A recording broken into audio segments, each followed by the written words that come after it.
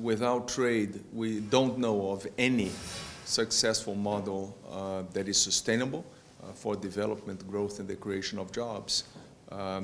Closed borders may work for a little bit of time, but after that, it's not sustainable. If you want to have really a truly sustainable development project, you need trade, and that's why we fight for it so hard.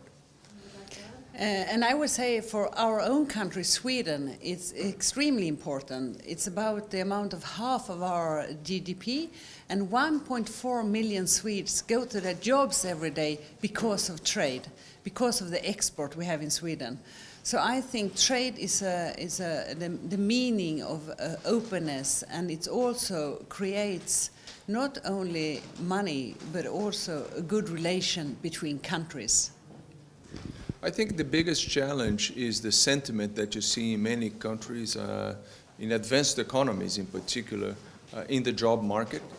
People who feel that opportunities are disappearing, that jobs are disappearing, and they're claiming that this is trade, when in fact it isn't. If we miss the picture, if we think that the problem is trade, the medicine is going to be protectionism.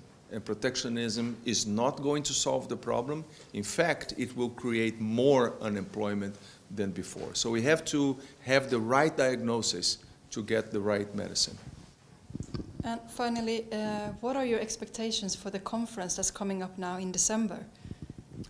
I'm very optimistic in terms of making progress in the conversations that we're having in Geneva.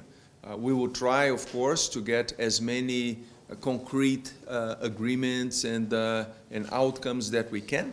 But what is most important is that we continue to make progress in the areas that we are discussing. And there are areas very important now.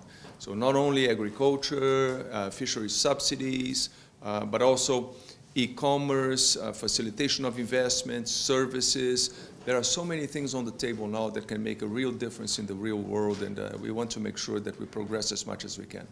I also think it's very important that we work more to get the development countries to get into the trade system fully, and that's why we also support the Aid for Trade, which is trying to get more people in the developing country working for trade, being more effective in trade, and where we can work together from the developing country and the developed countries to make the system work more smoothly.